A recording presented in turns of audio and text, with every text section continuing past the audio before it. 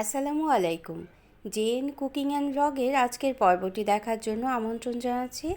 আশা করছি কাছে দূরে দেশে বিদেশে যারা এখন আমার সাথে আছেন সবাই অনেক বেশি ভালো আছেন। তেলাপিয়া মাছ ভাজা করব, খুব মশলা দিয়ে মাছটা ভাজা করছি। আশা করছি ভালো লাগবে এবং শেষ পর্যন্ত থাকবেন। তো আমার রেসিপিগুলি ভালো লাগলে চ্যানেলটাকে সাবস্ক্রাইব করে সাথে থাকতে পারেন। 5 টুকরো তেলাপিয়া মাছ খুব ভালোভাবে পানি দিয়ে প্রথমে ধুয়ে নিয়েছি পরিষ্কার করে। এখন একটা লেবুর রস দিয়ে এক পিস লেবুর রস দিয়ে আমি মেখে রেখে দেবো প্রায় 10 থেকে 15 মিনিট সময়। তারপর ভালোভাবে সাধারণ পানি দিয়ে ধুয়ে নিতে হবে এই মাছটাকে। এভাবে করে ধুয়ে নিলে তেলাপিয়া মাছের যে একটা আষ্টে গন্ধ থাকে সেটা কিন্তু অনেক যারা তেলাপিয়া মাছটা খেতে পছন্দ করেন না বা এরকম একটা গন্ধ লাগে তাদের কাছে কিন্তু একেবারেই কোনো গন্ধ লাগবে না এভাবে করে যদি মাছটা ধুয়ে নিতে পারেন। আর আজকে মশলা তুলব, এখানে কাঁচামরিচ, আদা, রসুন, পেঁয়াজ নিয়ে নিলাম। একটা মিক্সার জারে আমি পেস্টটা তৈরি করে নিয়েছি। আধা চা চামচ জিরেও দিয়েছিলাম আর শুকনো মশলা এড করে রাখবো আধা চা চামচ করে। হলুদের গুঁড়ো, জিরের গুঁড়ো এবং ধনে গুঁড়ো দিয়ে দিলাম আর শুকনো মরিচের গুঁড়োটা 1 চা চামচ দিয়েছি। লবণটাও 1 চা চামচের সামান্য কম দিয়ে শুকনো মশলাগুলো মাছের সাথে খুব ভালোভাবে মিশিয়ে নিতে হবে, করে রাখতে হবে। তো এভাবে করে মিশিয়ে নিলেই কিন্তু মাছ ভাজাটা খুব মজাদার। শুকনো মশলাটা ভালোভাবে মিশিয়ে নিচ্ছি। মাছটা ধুয়ে নেওয়ার পর যাতে কোনো পানি না থাকে সেটা কিন্তু খেয়াল রাখতে হবে। পানিটা ভালোভাবে ঝরিয়ে নিতে হবে, প্রয়োজনে একটা টিস্যু দিয়ে মুছে নিতে হবে। আজকে আমরা মাছটা কিন্তু ভাজি করে নেব। মাছ ভাজিটা এভাবে করে নিলে কিন্তু অসাধারণ স্বাদের হয়। আস্ত মাছও ভেজে নেওয়া যেতে পারে, তবে এভাবে পিস করে ভেজে নিলে এটা কিন্তু অনেক বেশি মজাদার হবে। তো এখন যে পেস্টটা আমরা তৈরি করে রেখেছিলাম সেটাও আমি দিয়ে দেব মাছের সাথে। এখানে ছিল পেঁয়াজ, আদা, রসুন, আধা চা চামচ আস্ত জিরে এবং কাঁচামরিচ। এটাও খুব ভালোভাবে মাছের সাথে মিশিয়ে নিতে হবে এবং মেরিনেট করে রাখতে হবে প্রায় আধা ঘন্টার মতো। আধা ঘন্টা মেরিনেট করে রাখলে কিন্তু খুব সুন্দর মাছের মধ্যে মশলাগুলো মিক্সড হয়ে যাবে। এবং 1 টেবিল চামচ পরিমাণ সয়া সস দিয়ে দিলাম। সয়া সস যেহেতু দিয়েছি এজন্যই কিন্তু লবণের পরিমাণটা একটু ব্যালেন্স করে দিয়েছি।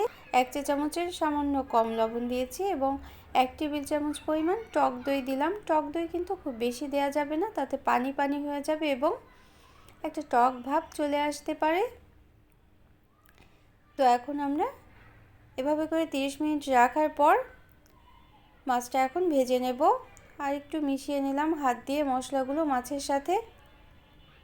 তেলটা খুব ভালোভাবে গরম করে নিলাম। তেলের পরিমাণটা কিন্তু খুব বেশি দেওয়া যাবে না, অর্থাৎ একেবারে ডুবো তেলে কিন্তু অবশ্যই ভাজা যাবে না। ডুবো তেলে ভাজলে কি হবে, মশলাগুলো সবই তেলের মধ্যে চলে যাবে। তাই তেলের পরিমাণটা আমি 2 টেবিল চামচ সর্ষের তেল দিলাম। সাদা তেলেও কিন্তু ভেজে নেওয়া যেতে পারে। এখন মাছের পিসগুলো আমরা এক এক করে দিয়ে দেব তেলটা খুব ভালোভাবে গরম হওয়ার পর। তো আমার রেসিপিগুলি ভালো লাগলে একটা লাইক দিয়ে দিবেন, প্রয়োজনে কমেন্ট করে নিতে পারেন এবং শেয়ার করে নিতে পারেন। ফ্রেন্ডস অ্যান্ড ফ্যামিলির সাথে কমেন্ট করে জানাতে পারেন আজকের রেসিপিটা কেমন হলো। তো অবশিষ্ট যে মশলা ছিল মশলাগুলো কিন্তু মাছের উপর দিয়ে এভাবে সুন্দরভাবে কোট করে দিলাম।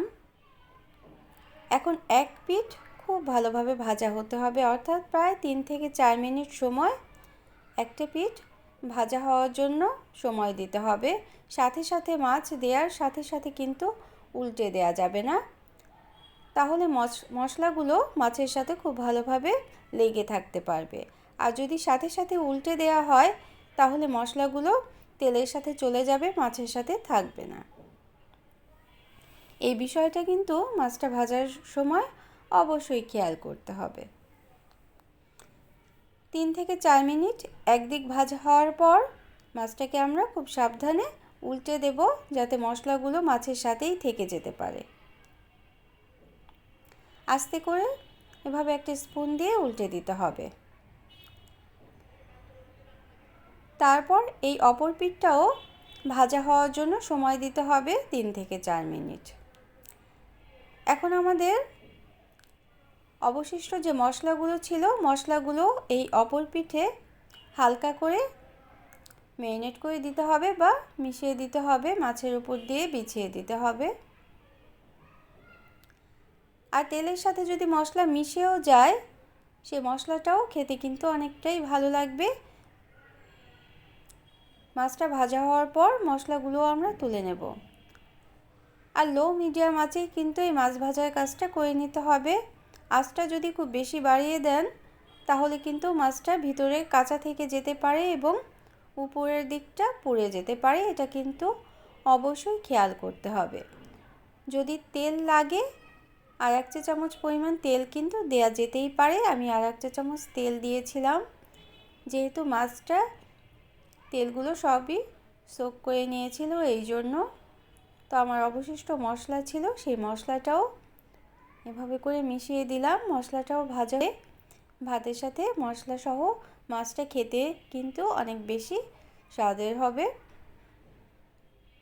তো যারা নতুন ভিজিট করছেন আমার চ্যানেলটিকে, আজকে চ্যানেলটিকে চাইলে সাবস্ক্রাইব করে বেল বাটনটা প্রেস করে অল অপশনটা সিলেক্ট করে সাথে থেকে যেতে পারেন।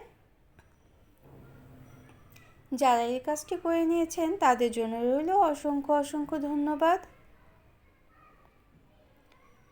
তো তেলাপিয়া মাছটা এভাবে কে কে ভেজে খেতে চান এবং পছন্দ করেন তাও কিন্তু কমেন্ট করে জানিয়ে দিতে পারেন। তো দুই দিক ভাজতে প্রায় 15 থেকে 20 মিনিট সময় কিন্তু লেগে গিয়েছিল, যেহেতু আমরা লো আঁচে মাছটা ভেজে নিয়েছি। তো উপরের দিকটা যখন গাঢ় লাল রং চলে আসবে তখন কিন্তু আমরা নামিয়ে নেব এবং মাছটা সুন্দরভাবে ভাজা হয়ে যাবে। তখন এভাবে মশলা সহ মাছটা ভেজে নিলে মাছটা ভাত বা খিচুড়ির সাথে খেতে কিন্তু অসাধারণই লাগে। তো দেখেন কালারটা কিন্তু অনেকটাই সুন্দর আসছে। এখন আমরা নামিয়ে নিতে পারি, অর্থাৎ আমাদের ভাজাটা খুব সুন্দরভাবে হয়ে গিয়েছে।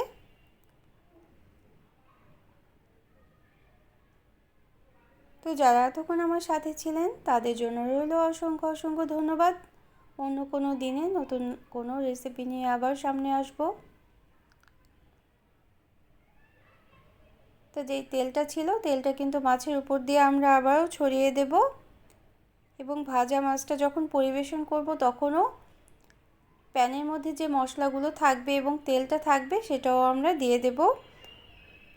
তো আমি কিছু পেঁয়াজ এবং কাঁচামরিচ আর গাজর সামান্য ভেজে নিয়েছি মাছের সাথে খাওয়ার জন্য।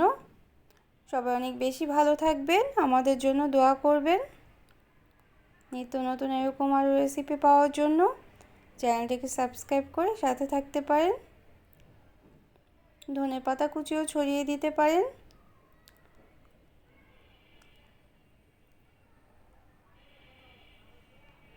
Thanks for watching. আল্লাহ হাফিজ। আসসালামু আলাইকুম।